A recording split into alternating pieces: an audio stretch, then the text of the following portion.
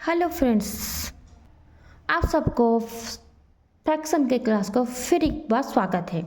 आज हम देखेंगे कैसे सिंपलीफाई द फ्रैक्शन। फ्रैक्शन को हम कैसे सिंपलीफाई करेंगे। सिंपलीफाई का मतलब यह होता है हम फ्रैक्शन को रिड्यूसिंग करेंगे। कैसे? लोएस्ट फॉर्म को रिड्यूसिंग करेंगे। पहले हम इसका डेफिनेशन को जानेंगे, फिर शुरू करेंगे। सिंपलीफाई मीन्स क्या करेंगे? Simplify the fraction means reducing the fraction. तो क्या हुआ? Simplifying the fraction means reducing the fraction to its lowest form. उसका लोएस्ट फॉर्म को हमको क्या करना पड़ता है? लाना पड़ता है। उसको हम क्या करते हैं? सिंपलीफाई करते हैं। और एक एग्जाम्पल और भी सिंपल वे में मैं आपको बताना चाहता हूँ। इसको क्या करेंगे? डिवाइड करेंगे। न्यूमरेटर और डिनोमिनेटर को हम क्या करेंगे? सेम नंबर से डिवाइड करेंगे। वैसे ही हम क्या कर सकते हैं? उसको लोएस्ट फॉर्म में ला सकते हैं। तो हम इसको लिखेंगे। चलो, divide the numerators and denominators of fraction by क्या होता है? Common factor. कॉमन फैक्टर में बारे में मैं प्रीवियस क्लास में क्लास किया हूँ। प्लीज़ आप उसको देख लोगे तो कॉमन फैक्टर कैसे निकालते हैं हम इसको जान पाएंगे। फ्रैक्शन बाय कॉमन फैक्टर्स क्या होता है? Till the fraction is in lowest form को हम उसको लाएंगे। तो हम क्या करेंगे? उसको लोएस्ट फॉर्म में लाने के लिए हम एक कॉमन फैक्टर को लेकर डिनोमिनेटर और न्यूमरेटर बोथ आर में उसको डिवाइड करना पड़ेगा। तो चलो एग्जाम्पल लेते हैं। एक एग्जाम्पल लेंगे। देखो, 21 डिवाइडेड बाई 63। यहाँ पर कॉमन फैक्टर कौन है?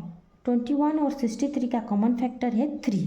तो बोथ आर को 3 से मैं डिवाइड करूँगा।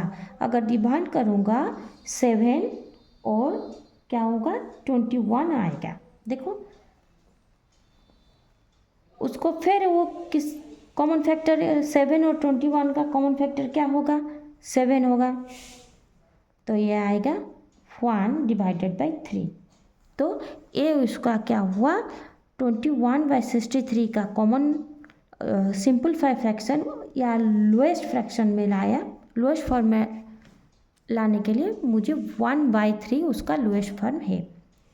21/63 का लोएस्ट फॉर्म क्या है? 1 डिवाइडेड बाई 3। 1/3 है। उसको लाने के लिए मुझे कॉमन फैक्टर का यूज़ करना पड़ा, जो फैक्टर बोथ आर से डिवाइड हो सकता है। 21 में 21 से 3 को डिवाइड कर सकता हूँ। 63 को भी 3 से डिवाइड कर सकता हूँ। वैसे ही 7 से भी डिवाइड किया। नेक्स्ट एक एग्जाम्पल देखेंगे। तो क्या करेंगे? देखो, 50 डिवाइडेड बाई 54। इसको हम बोथ आर को 2 से डिवाइड कर सकते हैं। तो 50 डिवाइडेड बाई 54 को 2 से अगर डिवाइड किया तो कितना हुआ? 25। कितना हुआ? 25 डिवाइडेड बाई 27। देखो, इसका 25 और 27 का कोई भी कॉमन फैक्टर नहीं है। ये सिर्फ 1 से डिवाइड हो सकता है और किसी से भी नहीं। तो इसका लोएस्ट फॉर्म यही तक ही रहा। और एक वैसे ही लेंगे। देखो, 60 डिवाइडेड बाई 68। इसको हम किससे डिवाइड कर सकते हैं? देखो, बोथ आर को 2 से डिवाइड कर सकते हैं। कितना हुआ? 30 डिवाइडेड बाई 34। फिर इसको हम 2 से डिवाइड कर सकते हैं। देखो, फिर कितना हुआ? देखो, फिर कितना हुआ? 15 डिवाइडेड बाई 17। देखा, 15 डिवाइडेड बाई 17 हुआ। ये उसका क्या हुआ? देखो, ये उसका क्या हुआ? ये उसका एक सिंपलीफाई हो गया। एक लोएस्ट फॉर्म हो गया।